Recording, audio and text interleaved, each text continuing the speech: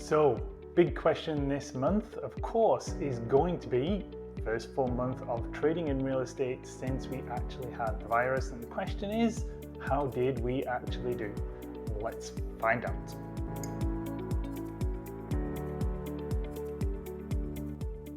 Hey everyone, it's Richard Payne here from Halifax Homes and Lifestyles at eXp Realty. And the first thing in the order of business for today, because of when we're going to post it, is Happy Star Wars Day, because it's May the 4th. So the question we want to answer, we've got to keep you guys informed all the time, is what's going on with real estate here in the Halifax real estate market. And the month is April that we are looking at. So first full month of trading in real estate since we actually had all of the issues with regards to shutting down basically the economy, dealing with all of the social distancing. Real estate did definitely slow down, and there were a lot of restrictions placed on buyers who were going into houses, realtors who were showing houses, a lot more Matterport 3D virtual tour walkthroughs, a lot of people just walking through with video cameras, virtual showings.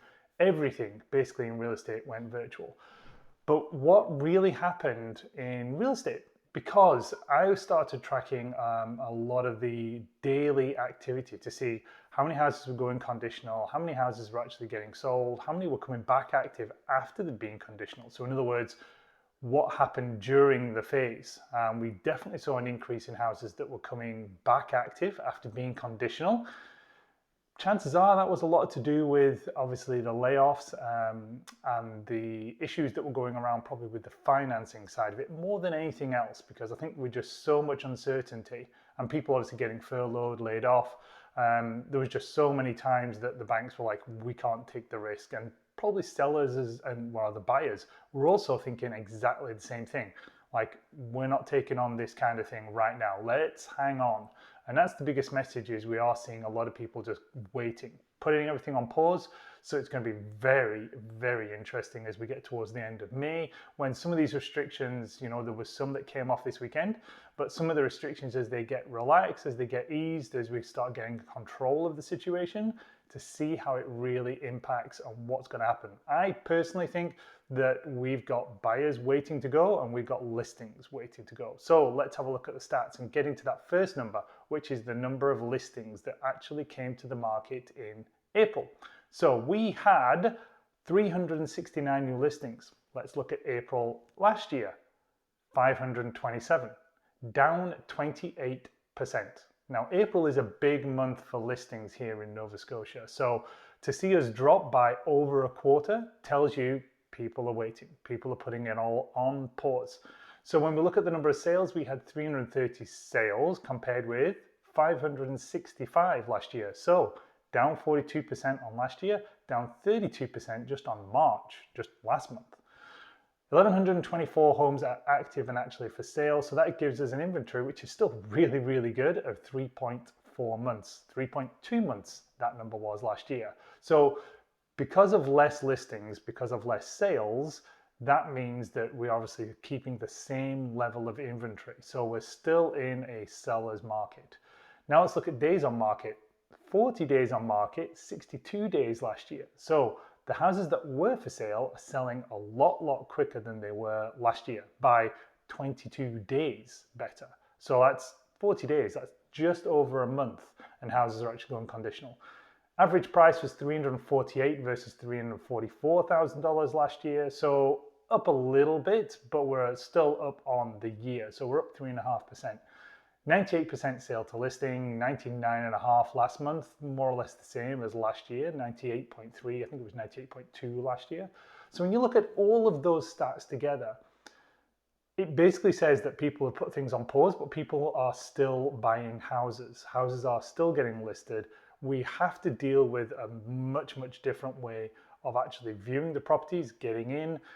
There's a lot more documentation we've got to get signed now as well, because we are being requested to sign on like 4 or 5 key things about we haven't been outside of the country in the last 14 days, we're not showing any symptoms.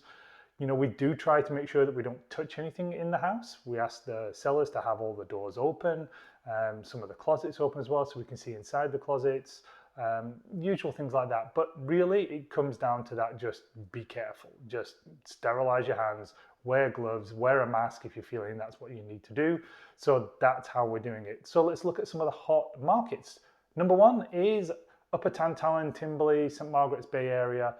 33 homes sold, 4.2 months, $339,500 average price. So it's a big area, that Upper Tantallon and Timberley, and it ranges from, I think I saw the lowest being like $195,000 price, right the way up to this month being a $669,000 price. So you're going to get a big difference in there. Now let's look at number two, was actually Kingswood Hammonds Plains. That snuck up there with 28 homes sold, average price of $380,000. And then back into third place was actually Bedford. Now, we do look in Bedford in particular because average price there is $450,000, 27 days on market. And we're looking hard at that area because there's so many new builds going on there. Now, there was only 7 new builds that were sold this month compared to in March. There was a lot more sold last month there, which brought it to number one last month. So there are still the new builds, but we're only down to 7 of the new builds. So it's just because everything has slowed down that's what we're really seeing here. Some of the other key stats: sales to new listings ratio was 89%. So if we listed 400 and we sold like 380, 360, that gets you the 89%.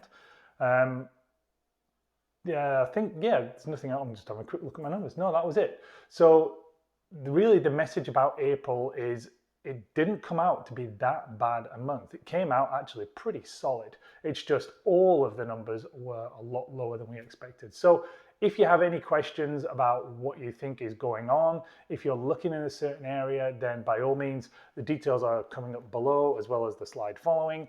Then just get in touch with us and let's see how we can help you negotiate through everything. So we're still doing the virtual tours.